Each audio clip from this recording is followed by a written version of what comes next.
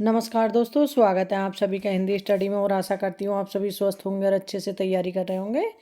ये आज हम छायावादी साहित्य के क्वेश्चन आंसर देखेंगे। अब इससे पहले मैं भारतीय हिंदू युग, द्विवेदी युग, आदिकाल ये सब डाल चुकी हूँ। अब ये आज देखेंगे हम छायावादी जो युग था, जो छायावादी काल था अपना, उसका समय क्या था 1918 ईस्वी से 1936 ईस्वी तक। ठीक है, स्टार्ट करते हैं। पहला क्वेश्चन है आपका, छायावाद को मधुचर्या किस आलोचक ने कहा है? तो छायावाद को मधुचर्या किस आलोचक ने कहा है? ये रामचंद्र शुक्ल जी ने कहा है। छायावाद का सीमांकन माना जाता है, तो छायावाद का सीमांकन कब से कब तक माना जाता? 1918 ईस्वी से 1936 ईस्वी। जूही की कली किसकी काव्य रचना है? तो जूही की कली काव्य रचना है सूर्यकांत त्रिपाठी निराला जी की। जूही की कली का प्रकाशन वर्ष है, तो जूही की कली जो रचना है इसका प्रकाशन वर्ष क्या है? 1916 ईस्वी। छायावाद के जाने माने 4 स्तंभों में निम्न में से कौन नहीं है? तो छायावाद के 4 प्रमुख स्तंभ कौन से हैं? प्रसाद, निराला, पंत और महादेवी वर्मा। तो इसमें कौन नहीं है? माखनलाल चतुर्वेदी। छायावाद को छायावाद नाम किसने दिया? छायावाद को छायावाद नाम दिया है मुकुटधर पांडे जी ने। वन का महत्व, प्रकृति पर्यवेक्षण, प्रेम का स्वच्छंद, भंगिमाओं में चित्रण, कथा गीत का प्रयोग तथा काव्य भाषा में खड़ी बोली की स्वीकृति किस युग की विशेषता है? तो ये छायावाद युग की विशेषता है। सरलता, असलियत और जोश के कवि माने जाते हैं, तो सरलता, असलियत और जोश के कवि कौन माने जाते हैं? महावीर प्रसाद द्विवेदी जी। भारतीय पुनर्जागरण में के भारतीय पुनर्जागरण के जन्मदाता कौन माने जाते हैं? तो भारतीय पुनर्जागरण के जन्मदाता माने जाते हैं राजा राम मोहन राय। बहुजन वन में है बने रिक्स बानर से, मैं दूंगा अब आर्यत्व उन्हें निज कर से। किस काव्य रचना की पंक्ति हैं? ये साकेत की पंक्ति है, मैथिली शरण गुप्त जी की रचना है। और इसके मैथिली शरण गुप्त में जो उर्मिला को विशेष स्थान दिया गया है। यथार्थवाद और छायावाद निबंध के रचयिता हैं, तो यथार्थवाद और छायावाद निबंध के रचयिता कौन है? जयशंकर प्रसाद। छायावादी काव्य धारा के समानांतर कौन सी काव्य धारा चलती रही?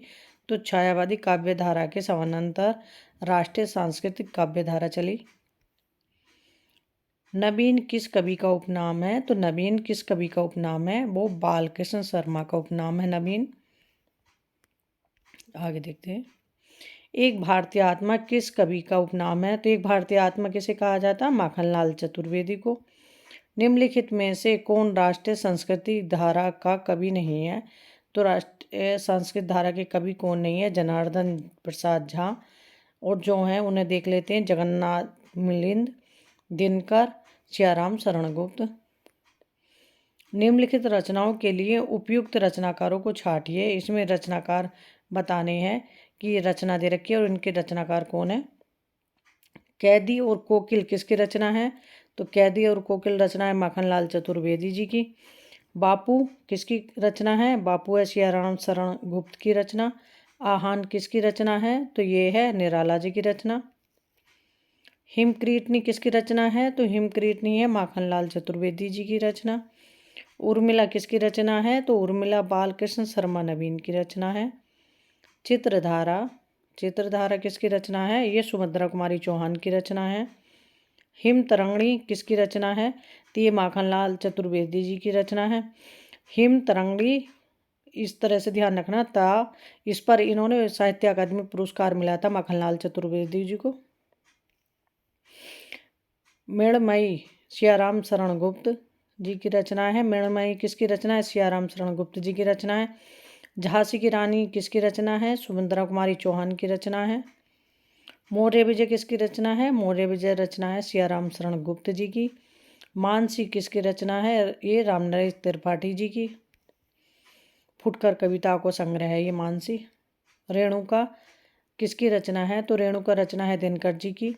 निराला किस कवि का उपनाम है? तो निराला किस कवि का उपनाम है? ये सूर्यकांत त्रिपाठी निराला जी, ये सूर्यकांत जी का। ऑप्शन हमारा ये सही है इसमें। आगे देखते हैं 29 नंबर का क्वेश्चन। बालकृष्ण शर्मा नवीन का पहला कविता संग्रह है, तो बालकृष्ण शर्मा नवीन का पहला कविता संग्रह है कुमकुम। तक्षशिला किसका आख्यान काव्य है? तो तक्षशिला उदय शंकर भट्ट का आख्यान काव्य है। त्रिशूल किस कवि का उपनाम है? तो त्रिशूल गया प्रसाद शुक्ल स्नेही का उपनाम है।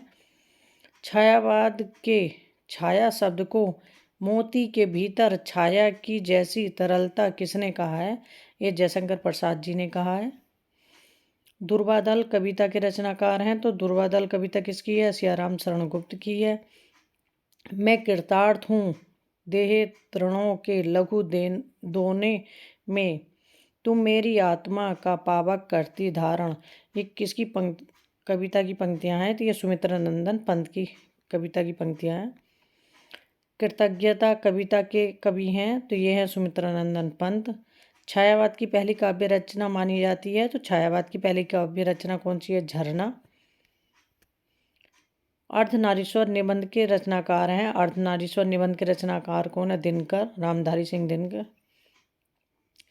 दिनकर की अर्धनारीश्वर विष्णु प्रभाकर का उपन्यास है और इनका निबंध है। इस तरह से है ये। दिनकर जी की मृत्यु किस वर्ष हुई? तो दिनकर जी की मृत्यु हुई 1974 ईस्वी में। गीत गुंज कविता के रचनाकार हैं, तो गीत गुंज कविता के रचनाकार हैं निराला। इंदुमती मौलिक कहानी का प्रकाशित हुआ, तो इंदुमती मौलिक कहानी का प्रकाशन कब था? 1900 ईस्वी सरस्वती में। बड़े घर की बेटी कहानी के रचनाकार हैं, तो बड़े घर की बेटी कहानी किसकी है? प्रेमचंद की कहानी है। मुंशी प्रेमचंद की हिंदी भाषा में प्रकाशित पहली कहानी कौन सी है? तो मुंशी प्रेमचंद की हिंदी भाषा में प्रकाशित पहली कहानी है पंच परमेश्वर। ठीक है, आज के हमारे क्वेश्चन कंप्लीट हो गए। इसी तरह से अपने आगे के क्वेश्चन कंप्लीट करेंगे छायावाद के। इसी क्रम में अपने आगे के सारे क्वेश्चन जितने रह गए हैं वो भी कंप्लीट करेंगे। ठीक है, और आप मेरे चैनल पर पहली बार आए तो चैनल को सब्सक्राइब कर लेना, बेल आइकन को क्लिक कर लेना, जिससे आने वाली वीडियो का नोटिफिकेशन आपको मिल सके। अब आपको पसंद आए तो लाइक जरूर करना। ठीक है, थैंक यू दोस्तों मेरी वीडियो देखने के लिए।